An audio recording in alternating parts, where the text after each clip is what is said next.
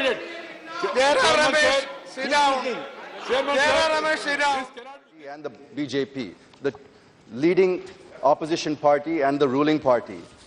And these are the assurances that the people of Andhra Pradesh have been listening to and have their hopes and have their aspirations linked to these assurances, sir.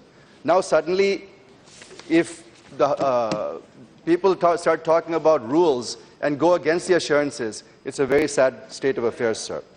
Sir, I would like to draw the attention of the House to the reply given by the Minister of State for Finance, Shri Jayant Sinha, on 25th April of this year, to a zero-hour submission made by my colleague, Shri Avanti Srinivas, on 21st December on conferring special category status on AP.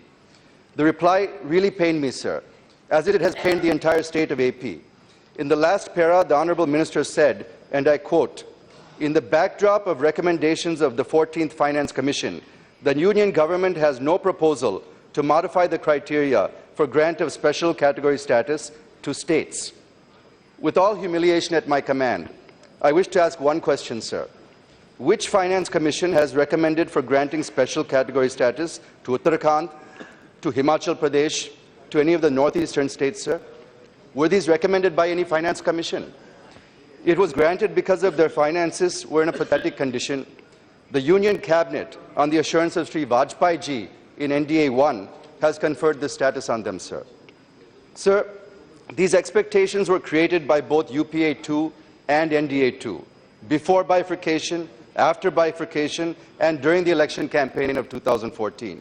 To now say that this was not included in the AP Reorganization Act, the people of Andhra Pradesh are feeling betrayed yet again, sir, by these statements. Sir, the Honourable Minister also said in the letter that the promise made by the then PM, Shri Manmohan Singh ji, on the floor of the House was a remark during an intervention, and there is no provision in the AP Reorganization Act.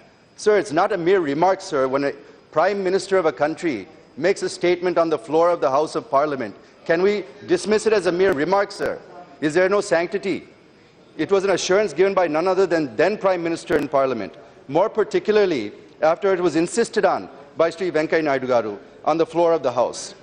During the 2014 general election, as I said earlier, if residual AP has got special status, Sri Venkaiah Naidu ji is responsible for it, was a statement of Sri Modi ji at the election rally, sir. So the assurances given by none other than then Prime Minister should be considered nothing less than a provision in the AP Reorganization Act, since it was given on the floor of the House, sir. If it is not an assurance, why did it go to Assurance Committee in the Rajya Sabha? And why did the Assurance Committee refer the issue to Niti Aayog and the government to fulfill that assurance?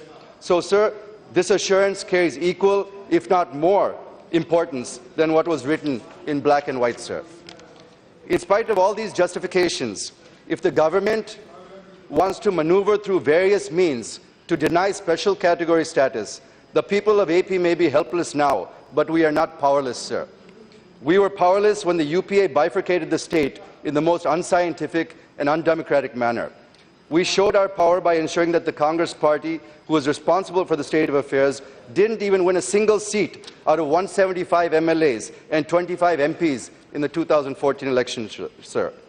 Now the feeling in AP among the public is that we are not getting justice, and if this is not corrected, the central government again will be seen as villains by the people of Andhra Pradesh, sir.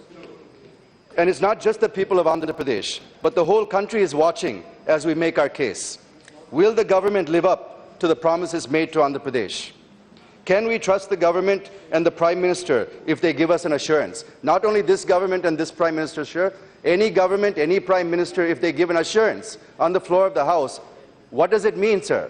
Can we take it as an assurance? Can we take it as a promise? Or do we insist on legal vetting and passing acts in Parliament are the only words that matter, and words made by people on the floor of the House don't matter, sir? I don't think so, sir. Sir, BJP is also for smaller states, sir. It carved out Uttarakhand, Jharkhand and Chhattisgarh in a very scientific and democratic manner during the NDA 1. This was a good experience that gave even us in AP some hope about our future. But now, after seeing our experience, what will future candidates to become smaller states think, sir? They will remember unkept promises and financial difficulties that we're facing, but not anything positive, sir. And if we have to bring more states into the union and create more new states, this is not the experience that will help us to do that in future, sir.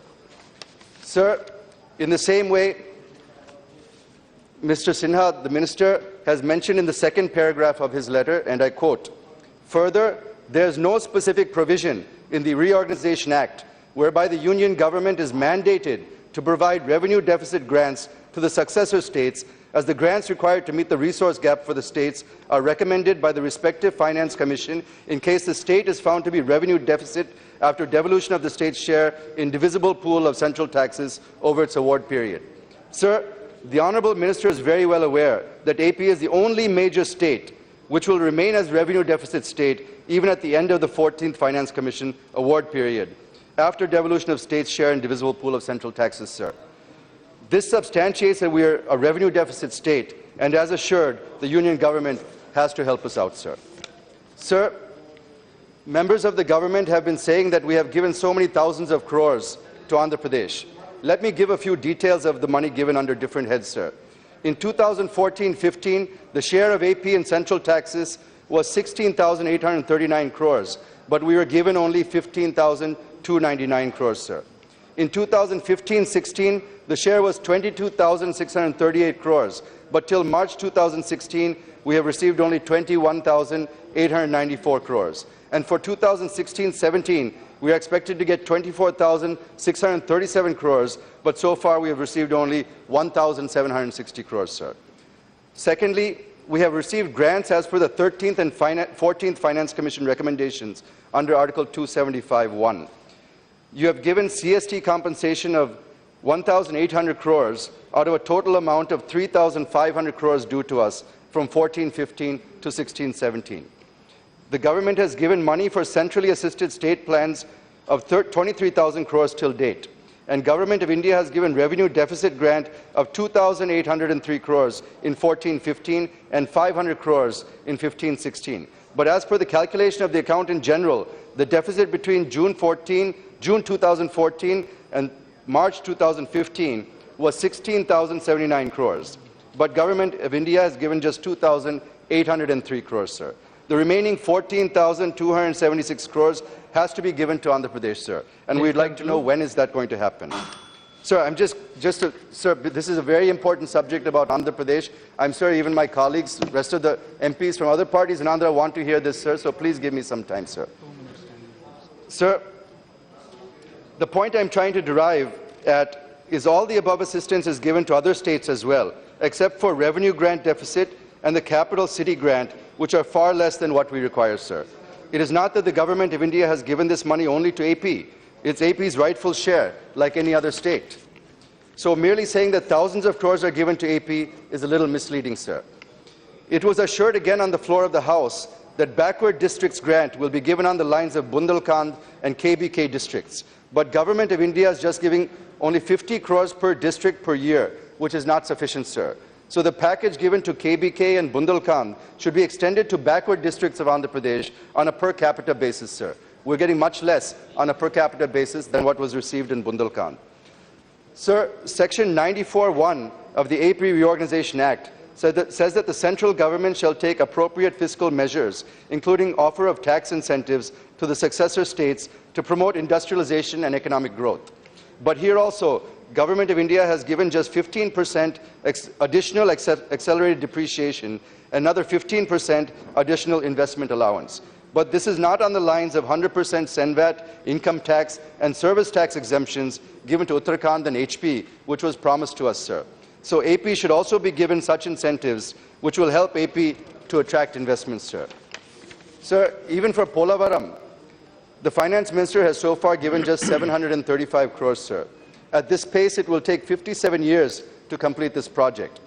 The Government of India promised that it would complete Polavaram by 2018. So I asked the Finance Minister, how can you complete the project by 2018 with meager allocations? The Government of AP has allocated 3,500 crores for Polavaram against Government of India's 100 crores given in this budget this year, sir, even though it's a national project. The Government of AP has already spent nearly 2,000 crores and has been requesting Government of India to reimburse the same. It has also not been approved, sir. So these are some of the issues which I thought I should touch upon and request the Honourable Finance Minister to ponder over and do justice to AP, sir. Before concluding, sir, I would reiterate what I had said earlier, that AP is not a non-performing state, unlike other states which are deficit states, sir. We are a performing state, but by acts of this very Parliament, we are put in this financial crisis. So it is for this very Parliament to rectify the situation, sir. The people of Andhra Pradesh have been waiting patiently, but this patience is evaporating, to put it mildly. The real response is much more vociferous than I'm able to state in the House today. We are asking you to view this as an investment rather than as an expenditure. If we continue to be in financial crisis, it would be at the cost of the nation, sir. You will have to continue supporting us. But if you invest in us, we'll quickly turn around and become a growth engine of the country, which we are very capable of becoming, and become a part of the growth trajectory of the country, sir. So I'm concluding, sir. Sir, we have heard many assurances from the Prime Minister and Finance Minister and others many times inside and outside this House, right from the time of bifurcation to the campaign during 2014 elections, and many times since the formation of the NDA-2 government 2 years ago, sir. Now is the time for action, sir, not words or assurances. We need clarity and specific answers to the specific questions with respect to special category status, revenue deficit funding, Polavaram funding, capital city funding, industrial incentives in line with Himachal Pradesh and Uttarakhand, special development package for 7 backward districts in line with Bundelkhand, and a new railway zone, sir. We need to know in a comprehensive manner, not piecemeal, which will allow us to plan our finances, sir. We need to know for each of these what we will get, how much will we get, when will we get it, and how will we get it. Please answer these 4 questions in your reply, sir. What will we get? How much will we get? When will we get it? And how will we get it? This is what is eluding us all these years. Please answer this, sir. With vague assurances are creating more uncertainty and are no longer acceptable to us, sir. Thank you very much, sir. Please provide